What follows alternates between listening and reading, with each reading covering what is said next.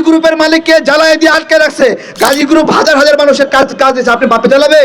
সেই গণ অভ্যুত্থানের পরে এখানে গাজী কোম্পানি জ্বালিয়ে দেওয়া হলো, বেক্সিমকো জ্বালিয়ে দেওয়া হলো, নাসা গ্রুপের মালিককে এখনো গ্রেপ্তার করে রাখা হয়েছে। এরা তো সে 1971 সালে ওই গোলাম আজমের মতোই আবার বাংলাদেশকে ব্যর্থ দেখানোর জন্য ষড়যন্ত্র করছে। ভাইরা, নির্বাচনে ষড়যন্ত্র করেছে হান্নান মাসুদ। ওর বাপে গোলাম আজম যেরকম এই বাংলাদেশকে ব্যর্থ করতে চাইছিল, এখন প্রক্সি দিচ্ছে গোলাম আজমের প্রক্সি, রাজাকারের প্রক্সি দিচ্ছে আর এক রাজাকার। সেই গণ অভ্যুত্থানের পরে এখানে গাজী কোম্পানি জ্বালিয়ে দেওয়া হলো, বেক্সিমকো জ্বালিয়ে দেওয়া হলো, নাসা গ্রুপের মালিককে এখনো গ্রেপ্তার করে রাখা হয়েছে। নাসা গ্রুপের মালিককে যদি আটক রাখবেন, নাসা গ্রুপকে আপনার বাপে জ্বালাবে? বাপে চালাবে? গাজী গ্রুপের মালিককে জ্বালায় দিয়ে আটকে রাখছে। গাজী গ্রুপ হাজার হাজার মানুষের কাজ দিচ্ছে, আপনি বাপে চালাবে? বিভিন্ন ফ্যাক্টরি ইন্ডাস্ট্রি, আমি জাতীয়তাবাদী শক্তিকে বলবো, আপনারা দায়িত্ব নিয়েছেন, আপনাদের জন্য আমরা দোয়া করি। যত ব্যবসায়ী আছে বড় বড়, হাজার হাজার লোকের কর্মসংস্থান করছে, ছোটখাটো ভুল ভ্রান্তি বাদ দিয়ে ওই সকল ব্যবসায়ীকে আপনারা মুক্তির ব্যবস্থা করবেন।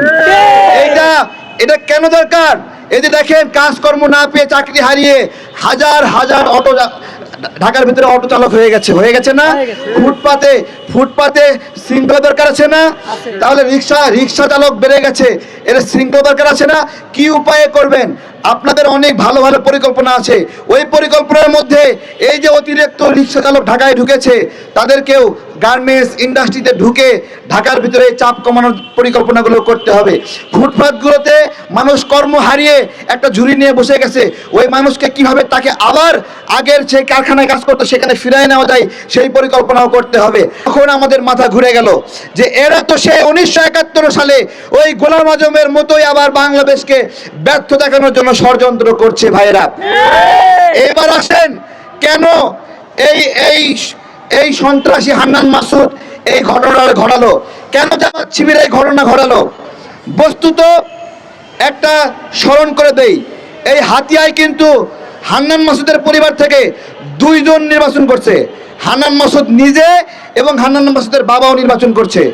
এবার আপনারা জানেন, একই আসন থেকে বাপ বেটা 2 জন নির্বাচন করার উদ্দেশ্য কি? কি উদ্দেশ্য বলেন?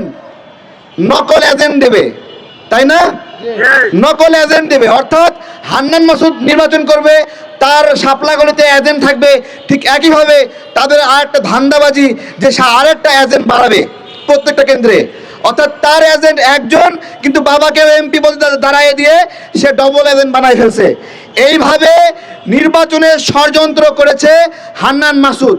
এবং হান্নান মাসুদ এখানে নির্বাচিত হওয়ার পরে, এখানে বন্ধুরা ছবি দেখাবো, পুরা এলাকায় এমন সন্ত্রাসী কার্যক্রম চালাইছে যা নজিরবিহীন। শিবিরের কোনো ক্ষমা নাই। ক্ষমা আছে? ক্ষমা আছে? ক্ষমা নাই।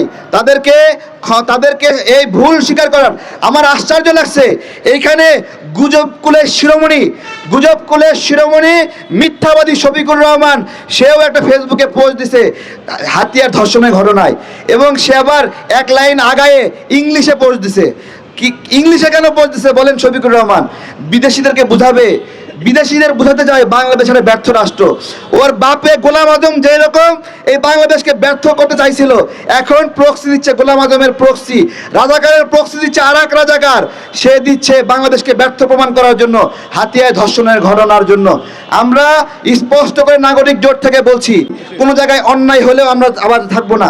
আমি লক্ষ্মীপুরের যে এমপি কয়েকজন বিএনপি নেতাকর্মীর নামে মামলা দিয়েছেন, নিজে বিএনপি করে বিএনপির বিরুদ্ধে মামলা দিয়েছেন, তাকে আমরা ধন্যবাদ জানাই। কেন মামলা দিয়েছেন? চাঁদাবাজি করেছিল, ওরা হামলা করেছিল, নৈরাজ্য করেছিল, তিনি বসে না থেকে মামলা দিয়েছেন। এরকম যদি বিভিন্ন জেলায় বিএনপি নেতাকর্মীরা করে, সেইখানে বিএনপি পন্থী এমপিরা যদি সেই নেতাকর্মীদের বিরুদ্ধে ব্যবস্থা না নেয়, তাহলে আমরা বলবো ওই বিএনপি নেতা চাঁদাবাজিতে জড়িত। আমরা লক্ষ্মীপুর থেকে শিখে বিএনপি নেতাদের আমরা শিখতে বলবো, আপনাদের এক ভাই নিজ নেতাকর্মী নামে মামলা দিয়েছে, আপনারাও এখান থেকে শিক্ষা নিয়ে আপনাদের মধ্যে যদি কেউ অন্যায় করে, তাহলে আপনারা ব্যবস্থা নেবেন। যদি 5 বছর শান্তিতে থাকতে চান, তাহলে এই রকম লক্ষ্মীপুরের মতো আঙ্গুল সোজা করে থাকতে হবে। আর যদি বেকা করেন, তেরা বেড়া করেন, জাতীয় নাগরিক জোট আপনাদের জন্য জম হিসেবে হাজির হবে ইনশাল্লাহ।